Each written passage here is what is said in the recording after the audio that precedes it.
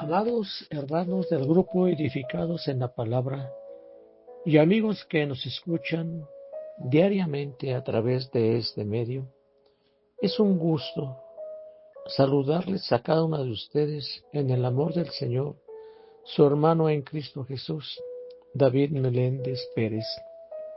Desde México, paz a vosotros.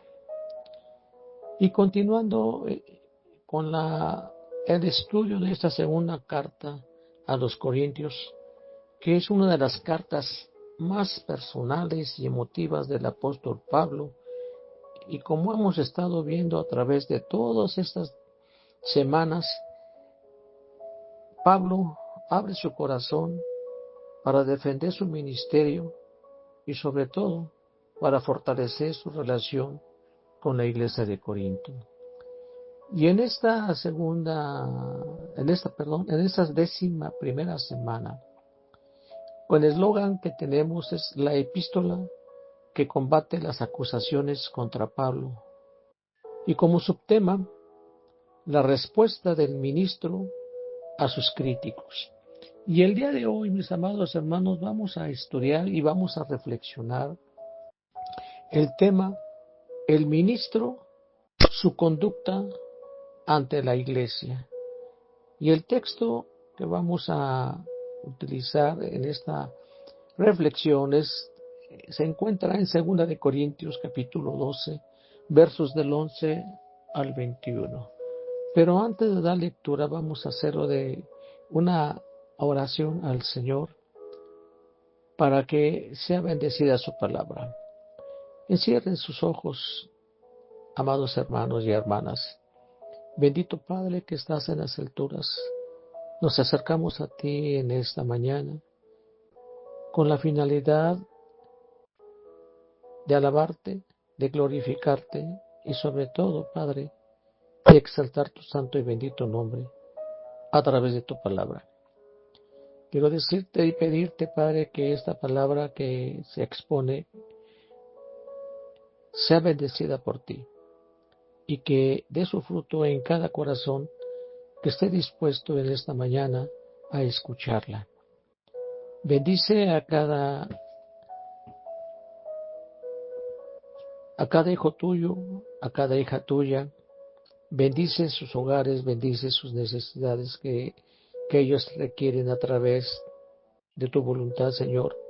Responde sus peticiones y sobre todo, Señor, que esta palabra sea bendecida por ti.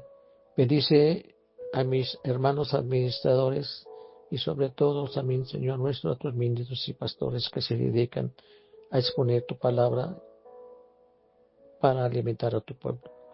Bendice a cada uno de mis hermanos en el santo y bendito nombre de Cristo Jesús. Amén. Bien, mis amados hermanos del grupo Edificados en la Palabra, inicio esta reflexión con el siguiente comentario. En este mundo llamado globalizado, donde la apariencia y la imagen son todo para el ser humano, el apóstol Pablo nos recuerda en esta segunda carta a los Corintios, el capítulo 12, del 11 al 21, que la verdadera grandeza se encuentra en la humildad y la dependencia de Dios, mis hermanos. A través de su defensa de su ministerio, Pablo nos muestra que la autenticidad y la integridad son más valiosas que cualquier reconocimiento o logro humano. Me surge una pregunta que usted responderá al escuchar este mensaje. Medítelo y respóndase a sí mismo. ¿Permitiremos que Dios nos use a pesar de nuestras debilidades?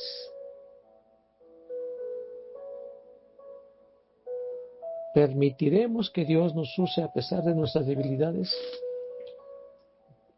Y como lo mencioné, para responder esta pregunta vamos a estudiar los versos del 11 al 21 de esta segunda carta a los Corintios.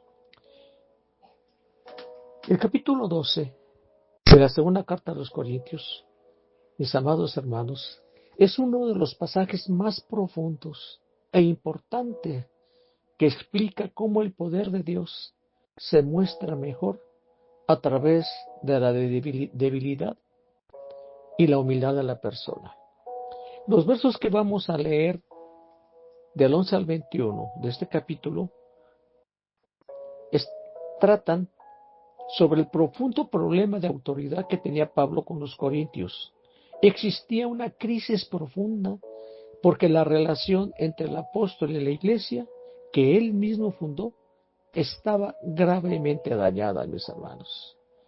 Para poder entender mejor este momento, o ese momento, vamos a considerar estos puntos. El ministro trata solo de demostrar su ministerio y su llamado, versos del 11 al 12. Y el ministro solo busca bienestar para las personas, nada más, versos del 13 al 18. Y el ministro solo busca arrepentimiento de los malhechores y de los carnales, versos del 19 al 21. Esos 3 puntos, vamos a dar lectura a cada uno de los versos de cada punto. Por eso me permito decirles que tengan a la mano su sagrada escritura y me acompañen a leer la segunda carta de Corintios capítulo 12, en este momento del verso 1 al verso 13, y así sucesivamente vamos a hablarlo. En cuanto explique una parte, iremos a los siguientes versos. Dice la palabra del Señor, segunda de Corintios capítulo 12, verso 11. Me he hecho un necio al gloriarme.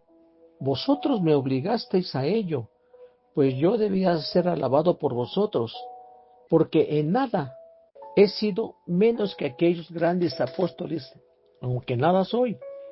Con todo, las señales del apóstol han sido hechas entre vosotros en toda paciencia, por señales, prodigios y milagros. Verso 13. ¿Por qué? ¿En qué habéis sido menos que las otras iglesias? Sin que yo mismo no os he sido carga, perdóneme este agravio. Amén. Pablo escribe estos versos con la finalidad de confrontar a un grupo de líderes itinerantes, es decir, aquellos líderes que se desplazan por a las iglesias constantemente. Y estos ya se habían infiltrado en la iglesia criticando y cuestionaban su autoridad y autenticidad como apóstol de Cristo.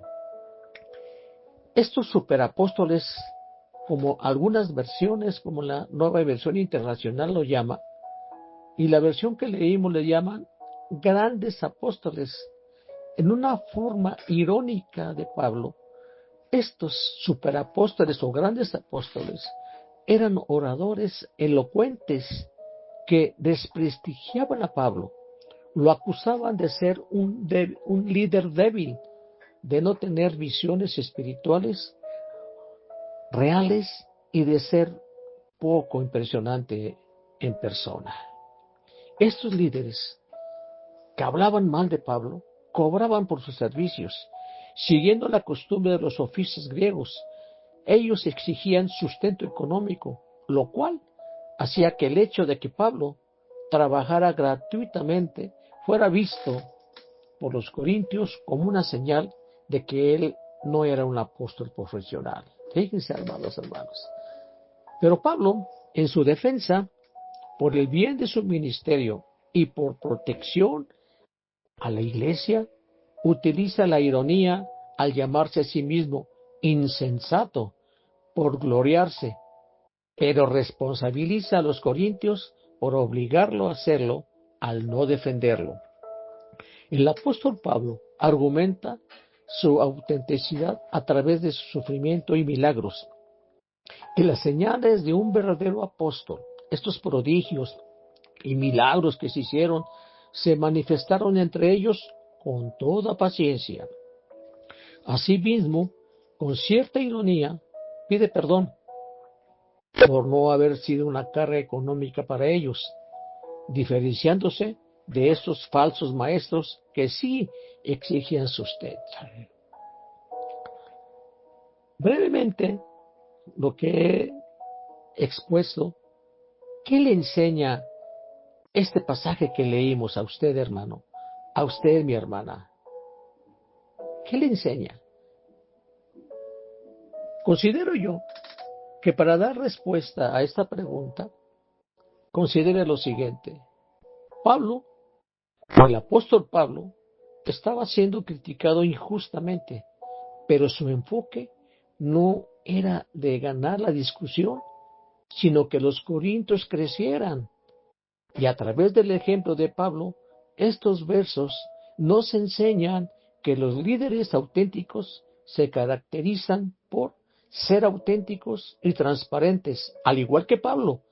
Así, mis amados hermanos, usted y yo, usted que me escucha, debemos ser auténticos y transparentes en nuestra fe y acciones. Debemos preocuparnos por la iglesia y las personas que la componen y buscar maneras de servir y apoyar. Aunque a veces, hermanos, las personas que más queremos o más quiere usted no valoran tus esfuerzos o su esfuerzo y lo critican. Hay que aprender a actuar, hermano, por amor, por principios, no por aplausos. No busquemos la aprobación de los demás, sino su bien, hermanos. Así que la verdadera madurez, hermanos, es seguir sirviendo y amando incluso cuando no recibe las gracias. Dice la Escritura, por lo cual, teniendo nosotros este ministerio, según la misericordia que hemos recibido, no desmayamos, antes bien renunciamos a lo oculto y vergonzoso, no andando con astucia ni adulterando la palabra de Dios, sino por la manifestación de la verdad, recomendándonos a toda conciencia humana delante de Dios, 2 Corintios 4, versos del 1 al 2, y manteniendo buena vuestra manera de vivir entre los gentiles, para que en lo que murmuran de vosotros como malhechores, glorifiquen a Dios en el día de la visitación, al considerar vuestras obras buenas. 1 de Pedro 2:12. Y pasamos al punto número 2. El ministro solo busca bienestar para las personas, nada más. Podemos decir aquí, amados hermanos, el corazón del pastor, un amor sin interés. Versos 14 al 18. Acompáñame a leer con su vista. El verso 14 dice, miren que por tercera vez estoy listo para visitarlos y no les seré una carga, pues no me interesa lo que ustedes tienen, sino que lo que ustedes son. Después de todo, no son los hijos los que deben ahorrar para los padres, sino los padres para los hijos. Así que de buena gana gastaré todo lo que tengo y hasta yo mismo me desgastaré del todo por ustedes. Si los amo hasta el extremo, ¿me amarán menos? En todo caso, ¿no les he sido una carga? ¿Qué es que, ¿cómo soy tan astuto? ¿Les tendí trampa para estafarlos? Verso 17 y 18. ¿Acaso los exploté por medio de algunos de mis enviados? Le rogué a Tito que fuera a verlos, y con él envié al hermano. ¿Acaso se aprovechó Tito de ustedes? ¿No procedimos los dos con el mismo espíritu y seguimos el mismo camino? Versión Nueva Internacional. Amados hermanos, estos versos, con palabras de gran poder para persuadir y para conmover los sentimientos, se centran en el punto de la ética ministerial y el cuidado de las ovejas. Estaba la acusación sobre el apóstol Pablo de sus opositores, de que él había dañado la imagen de la iglesia al no aceptar el apoyo financiero de la iglesia, al no permitir que la iglesia los sustentara. Había hecho lucir a la iglesia inferior a otras iglesias que sustentaron a Pablo. Esto era la acusación que le hacían sus opositores o esos grandes o falsos apóstoles. Pablo, defendiendo este punto, en un sacrificio paternal, bajo el principio de no busco lo vuestro, sino a vosotros. Otra versión dice, pues no me interesa lo que ustedes tienen, sino lo que ustedes son. Estas palabras son una de las declaraciones más poderosas de la Biblia, mis hermanos, porque encierran un profundo sentir, debido a que el apóstol los amaba demasiado para deliberadamente hacerlos parecer inferior a cualquiera. Pero también Pablo, en estas palabras, son una exhortación para la iglesia, a que la iglesia valore el liderazgo que no se basa en el lucro ni en la vanidad, mis hermanos. Si en el verso 14 dice el apóstol Pablo que establece su tercera visita, una visita planificada bajo un modelo de amor paternal, porque teme, fíjese bien, porque teme que al llegar esta tercera visita encuentre a la iglesia en el mismo estado de rebelión e inmoralidad que causó el conflicto anterior. Usted recordará o preguntará, ¿cuál conflicto anterior? Recordemos, amados hermanos, que la iglesia de Corinto fue fundada por el apóstol Pablo en su segundo viaje misionero, quedándose ahí por 18 meses. Puede usted verlo en Hechos capítulo 18, del verso 1 al 17.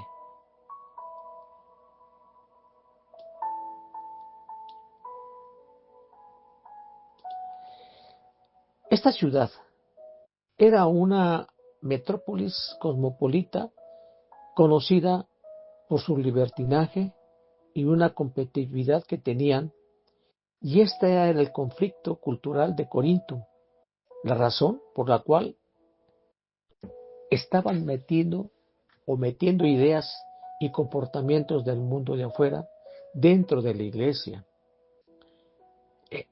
Esta es la razón que por Pablo se preocupaba. Pero en los versos 16 a 18 que ya leímos, estaba la acusación de que Pablo aceptaba dinero a través de intermediarios. Fíjese, ya había dos problemas. Primero, el verso 14, que estaba una preocupada Pablo, y en estos versos había otra acusación de que Pablo aceptaba dinero. Esto para demostrar a los críticos que eran personas mezquinas y sin escrúpulos, que buscaban desesperadamente cualquier pretexto, por insignificante que fuera, para atacarlo y acusarlo. Para ello usaron la acusación que Pablo tenía por llamarlo mano larga, que Pablo tomaba parte del dinero dado a los pobres de Jerusalén, capítulo 8 de esa segunda carta, versos 20 y 22. Ante esto, Pablo recalca que ni él ni sus compañeros se aprovecharon de nadie. En su defensa, Pablo refuta cualquier sospecha de fraude a través de sus enviados, como mencionó a Tito, reafirmando que procedieron con el mismo espíritu de desinterés en una integridad ministerial. Al mencionar de Tito o hacer mención de Tito y a otros compañeros, ayuda a mostrar lo importante que es que los líderes, oiga bien hermano, que los líderes de la iglesia se responsabilicen de sus acciones y decisiones, que sean transparentes. Por eso, amados hermanos, la iglesia de Dios, a través del ejemplo de Pablo, enseña que los líderes auténticos se caracterizan por su humildad y sacrificio. No buscan sus propios intereses ni ganancias materiales, sino el bienestar e integridad y transparencia. Los líderes deben de ser transparentes en el manejo de los recursos y su conducta, como lo fueron Pablo y Tito, para no dar lugar a sospechas de explotación. Así como Pablo, mis amados hermanos, se negó a hacer una carga financiera, demostrando desinterés en 2 Corintios capítulo 11, versos 9 al 12 y Hechos capítulo 20, versos 34 al 35. Así también el líder de la iglesia debe demostrar ese interés. Pero cabe preguntar, amados hermanos y amadas hermanas, una pregunta particular para los líderes de cualquier sociedad. Pregúntese, ¿estoy usando a la gente para conseguir cosas o estoy usando mis cosas para servir a la gente? Medítela. El desafío y la enseñanza de hoy para todos nosotros, mis amados hermanos, es que en tu trabajo, en tu familia o en tu iglesia, la transparencia es tu mayor escudo. Asegúrate de que tu conducta financiera y tus intenciones sean tan claras que ante cualquier acusación, que tus acusaciones y tus logros pasados deben ser prueba suficiente de tu carácter, tus habilidades y tu credibilidad, sobre todo, sin necesidad que tú tengas que alardear o dar explicaciones adicionales. Pablo escribe de Romanos: el que recibe instrucción en la palabra, comparta todo lo bueno con quien le enseña. Gálatas 6:6. Perdón, dije Romanos, es Gálatas 6:6. Una disculpa, mis hermanos. Este pasaje le enseña a vivir a usted y a mí con transparencia, compartir sus bienes y materiales con sus maestros, apoyándolos en sus necesidades, es decir, amar con desinterés y valorar la pureza de su carácter, de tu propio carácter por encima de tu reputación, hermano. Y ahora pasamos al punto 3 y último. El ministro solo busca arrepentimiento de los malhechores y de los carnales, versos 19 al 21. Y estos versos es un llamado, amado hermano y hermano, a la restauración. Pablo insta a la iglesia a restaurar su relación con él y a rechazar a los falsos maestros. Dice el verso 19 de esta segunda carta, capítulo 12. Todo este tiempo he venido pensando que nos estábamos justificando ante ustedes. Más bien, hemos estado hablando delante de Dios con Cristo. Todo lo que hacemos, queridos hermanos, es para su edificación. En realidad, me temo que cuando vaya a verlos, no los encuentre como quisiera, ni ustedes me encuentren a mí como quisieran. Temo que haya peleas, celos, arrebatos de ira, rivalidades, calumnias, chismes, insultos y alborotos. Verso 21. Temo que al volver a visitarlos, mi Dios me humille delante de ustedes y que yo tenga que llorar por muchos que han pecado desde hace algún tiempo, pero no se han arrepentido de la impureza, de la inmoralidad sexual y de los vicios a que se han entregado. Amén. Pablo habla de 3 aspectos importantes en estos últimos versos de este capítulo 12. Primero, Pablo aclara que su defensa no es para justificarse ante los hombres, sino para la edificación de la iglesia delante de Dios. En este punto, Pablo tenía la conciencia muy clara de que él era responsable ante Dios y no ante los hombres. Él no se había estado defendiendo ante la iglesia a fin de hacer que ellos lo juzgaran. Él, el apóstol, dice que él fue llamado por Dios sin importar la opinión de los demás. Ellos no eran sus jueces, Dios era su juez. Y por consiguiente, él había estado hablando y defendiéndose ante Dios. ¿Por qué? Porque Dios le había dado el llamado, lo había llamado a edificar y construir la iglesia, esa construcción espiritual que usted tiene, que yo tengo y que tuvieron los de Corintio, esa construcción espiritual de ellos como parte del cuerpo de Cristo, en lugar de estar buscando su propia gloria o validación humana.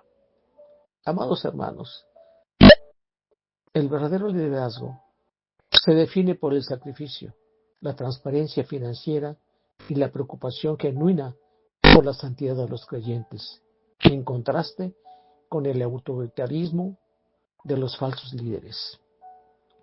Así que sigamos lo que construye la paz y a la falta de edificación. Romanos 14:19. Cada uno de nosotros agrade a su prójimo en lo que es bueno, para edificación, porque ni aun Cristo se agradó a sí mismo, antes bien, como está escrito, los vituperios de los que te vituperiaban cayeron sobre mí. Romanos 15:2-3. Y un segundo aspecto, Pablo expresa su temor de encontrar a la congregación en un estado de pecado persistente, en contiendas, en celos, en iras, en divisiones, en calumnias, insultos y desórdenes. Tristemente, mis hermanos, estas señales o rasgos comunes actualmente existen en algunas personas que con sus críticas separan a los miembros de la congregación en lugar de unirlos y dividen la iglesia. Y tercero, Pablo teme que al llegar Dios lo humille al ver que muchos que pecaron anteriormente no se han arrepentido de la impureza, fornicación y lascivia. Este pasaje termina con una preocupación. Personas que pecan y no se arrepienten y quedan en peligro de acostumbrarse al pecado. Eso dice el verso 21. La falta de arrepentimiento, amados hermanos, que es debe ser un arrepentimiento genuino. Es un asunto muy serio y sobre todo grave, que trae consecuencias espirituales y que causa gran pesar al líder espiritual. Esto enseña a los predicadores y pastores. Sí, amados hermanos, esto enseña a los predicadores y pastores que deben preocuparse profundamente y de verdad por la santidad de la congregación y no ser indiferentes al pecado no confesado. Tener ese deseo sincero de ayudar a su comunidad a vivir a una vida recta y moral.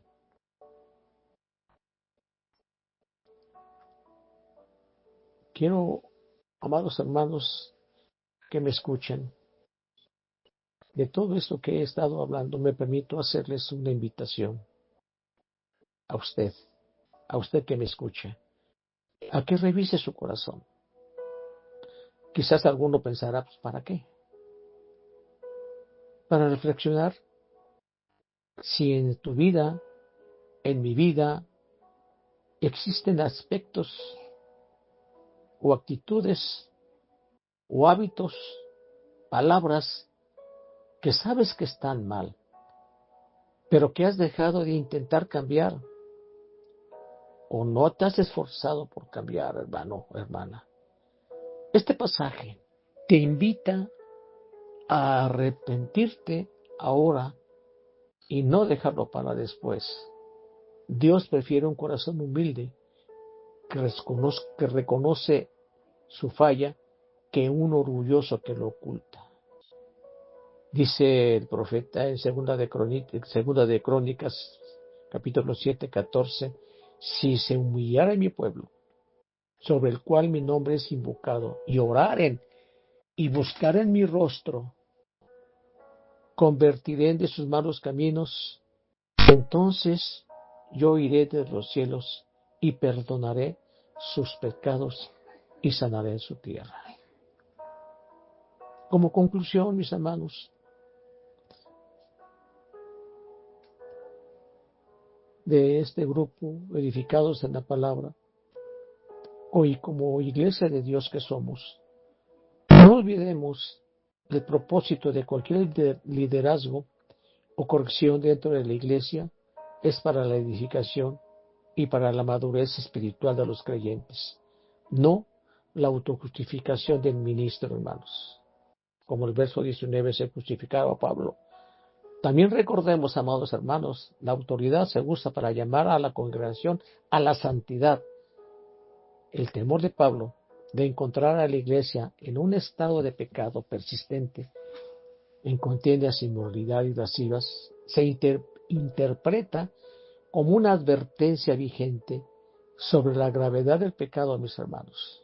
Vivir en pecado, especialmente de manera continua y sin arrepentimiento, demuestra una falta de compromiso con esa fe que decimos tener. El profeta Isaías te invita: deje de impío su camino y el hombre inicuo sus pensamientos, y vuélvase a Jehová, el cual tendrá de él misericordia, y el Dios nuestro, el cual será amplio en perdonar.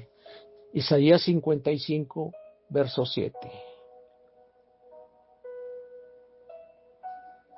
Usted puede sentir, o puede saber, o puede preguntar, o puede cuestionar, o si sabe cuántos pastores se pueden sentir como el apóstol Pablo.